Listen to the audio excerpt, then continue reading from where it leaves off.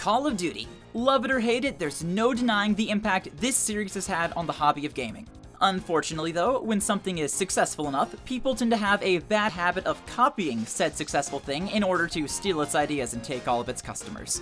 Sometimes the copier ends up making something even better than the original product, but other times whatever they end up making can just come off as a shameless clone. In fact, if you look at the screen, this game you're watching isn't even Call of Duty. It's actually one of said COD clones. I'm sure some people watching know the name of this game, but whether or not you've played it, I bet you'll agree that at a glance, it would be a little bit difficult to distinguish this game from COD. Hi everyone, my name's Jonathan, and today we're going to be taking a look at some of the most shameless Call of Duty clones on the market. Sometimes imitation is the sincerest form of flattery, but other times, people just want you for your money.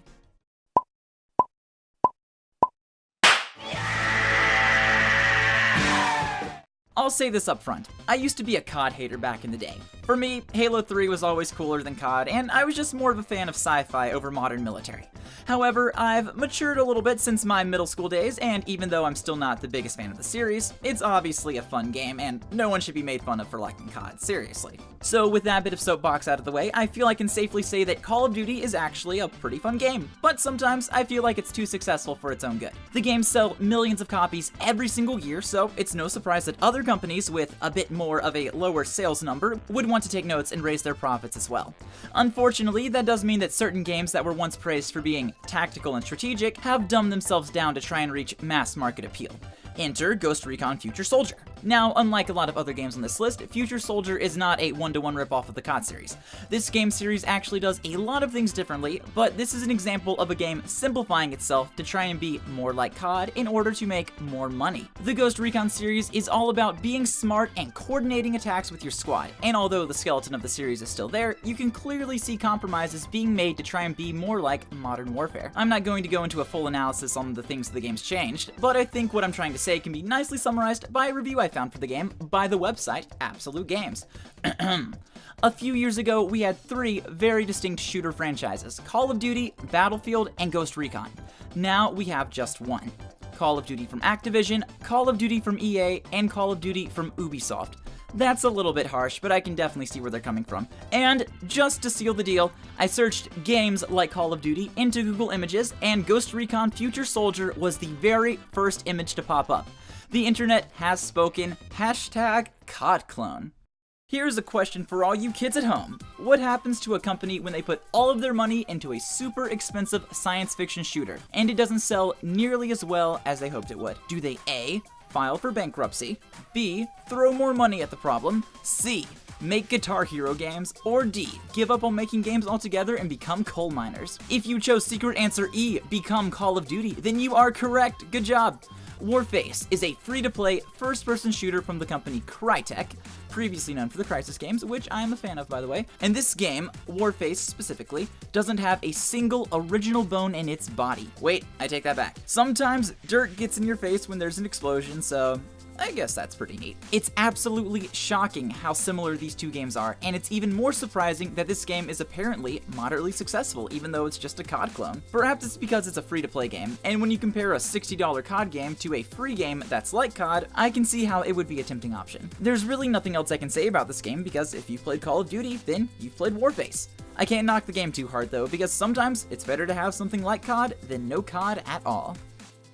Resistance 2 is one of those games that was a product of its time. It was the year 2007. Call of Duty Modern Warfare had just released and gaming would never be the same. 12-year-olds all around the world hopped onto Xbox Live for the first time, and Infinity Ward began raking in the cash on their juggernaut franchise. Now let's step back for a moment and meet up with the other character in this story, Insomniac Games. They had released Resistance Fall of Man the year before, and the game was pretty well received by gamers and critics due to its challenging combat, non-regenerative health, and the ability to hold up to 10 different weapons at a time. So once it came time to create a sequel, they took a look at Call of Duty and decided to throw away everything that made their game unique. Besides the 300-foot tall aliens, of course, you gotta have those. Instead of running around the battlefield to find health packs, players were now able to sit behind a wall while their organs miraculously stitched themselves back together. Challenging combat was thrown out as well because, let's be real, kids these days don't want a challenge, they just want graphics. And what about the weapon wheel that let you carry more weapons than an armored military jeep? Get with the times, Grandpa. People only want to carry 2 weapons at a time. Gosh. So I bought these two games at about the same time. They were on sale at GameStop, and after playing the games back to back, they could not feel any more different. Resistance 1 was made before Modern Warfare, and therefore felt, fresh and unique. Resistance 2, on the other hand, felt like COD with aliens. And that's not necessarily a bad thing, but it was sad to see a game give up its identity purely in an attempt to cash in on a popular trend. Fortunately, however, when it came time to make a sequel to its sequel, Resistance 3 went back to following a gameplay style similar to the first game, so it's nice to see this story has a relatively happy ending. Okay, so before anyone gets mad, Titanfall is not a COD clone, not implying that whatsoever. It's clearly an original game, but I wanted to include this game because it was created by the actual developer of Modern Warfare 2, which is part of COD. So the creator of this game was Vince Zampella, and he's responsible specifically for Modern Warfare 2. Due to some sort of fallout between Activision and Zampella, he left Call of Duty and founded his own company in order to create Call of Duty with jetpacks. Titanfall, yeah. No one in their right mind would call this game a Call of Duty ripoff, but you can clearly see the influence COD had on the creator of this game. The game handles and controls a lot like COD, but its main distinction was that every single character has a jetpack, and after a little while, you can call down giant robot mechs from the sky to punch your enemies into a fine paste. Ironically, it seems like the series Zampella left from took serious inspiration from his new work, because starting with Call of Duty Advanced Warfare, all the mainline COD games have had players using jetpacks to move around the map. So that raises a question. Is Titanfall like Call of Duty, or is Call of Duty like Titanfall? Regardless of who you think is copying who, I love me some Titanfall, and the more giant robots that are in my game, the better. Okay, that's enough originality and creativity for one day. Let's get back to some more blatant copying and pasting. GoldenEye 007 was a game for the Nintendo 64 that revolutionized first-person console shooters. Or at least, that's what I heard people say. I've never actually played the game, but the internet said it was good, and as we all know, whatever we hear online has to be true. So what I'm trying to say here is that GoldenEye was good, and 007 Legends, on the other hand, was not. This is your poor man's Call of Duty, all the way down to the little white objective arrow that shows you where to go. Gone is the creative and unique gameplay of the original title, and what we've been given instead is quick time events, bland shooting galleries, and even blander voice acting. But Jonathan, I hear you saying, this game can't be like Call of Duty because you have the James Bond wristwatch. Oh, of course, what was I thinking? 10 out of 10. I'll give the game props for at least dressing up like the source material, but if you peel back the costume, you'll see that there's no Bond here, and all that's actually underneath is a sad, sad little man who only wants you for your money. Rest in peace, James Bond. I hardly knew ya. Here's a tip to all you aspiring game developers out there. If you're going to copy another game, make sure that whatever you end up making is better than the original. There's a reason that game developers such as Blizzard are so successful, even though they don't typically make games that are thought of as creative or pushing the envelope. There were strategy games before StarCraft, there were MMOs before World of Warcraft, and there were certainly plenty of team-based shooters before Overwatch.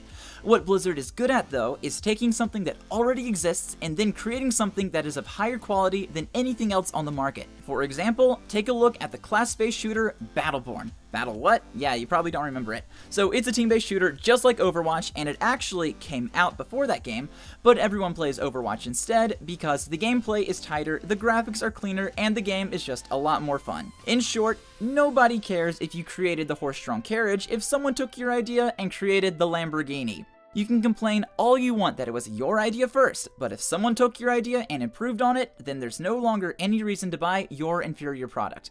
I just wish that the game developers over at Chaos Studios had known about this when they created Homefront, a game just like Call of Duty except with muddier graphics, worse gameplay, and a shorter campaign. Homefront's gimmick was that it was set in an alternate reality where the United States had been invaded by Korea. It was a really interesting idea actually, but once the newness of the setting wore off, you realized that there was nothing left under the hood except for a subpar first-person shooter. A sequel was eventually made for the game, but it was even worse than the first. There are just some battles it seems you can never win. What if we made Call of Duty, but instead of shooting Russians, we shot terrorists? Introducing Medal of Honor 2010 edition. It's like Call of Duty in every single way, except in its sales figures. Zing! And finally, we arrive at the closing game on this list, the Modern Combat series. Modern Combat and all of its sequels are actually pretty okay in my book. In case you didn't know, these games are basically Call of Duty, but for your phone. seeing as though the last portable game the Call of Duty company made is hovering around the 4 out of 10 mark on Metacritic. It seems wise that they leave the mobile shooters to the mobile people and they keep doing the console COD games. The modern combat games obviously don't play, look, or control as well as the console counterparts, but they're all solid games and they're excellent alternatives if you can't afford a $400 console, or if you just want to play a shooter game on the go.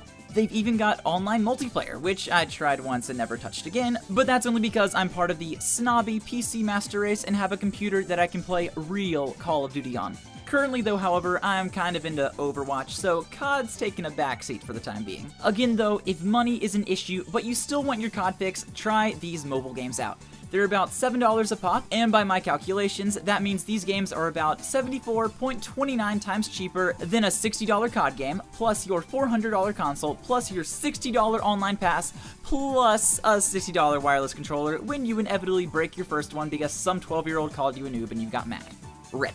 And that concludes the, how many games do we have? 1, 2, 3. The top 8 Call of Duty clones list. Hooray! I know I primarily insulted a lot of these games for ripping off a more successful franchise, but hey, if you want to get your COD fix but don't actually feel like playing COD for whatever reason, then these games will probably be an excellent alternative. Thanks for watching, everyone. I do hope you enjoyed the video, and if you did, be sure to hit up that like button, give that subscribe button a tap, and also give that bell a ring-a-ding-ding so you can stay up to date with all the latest videos.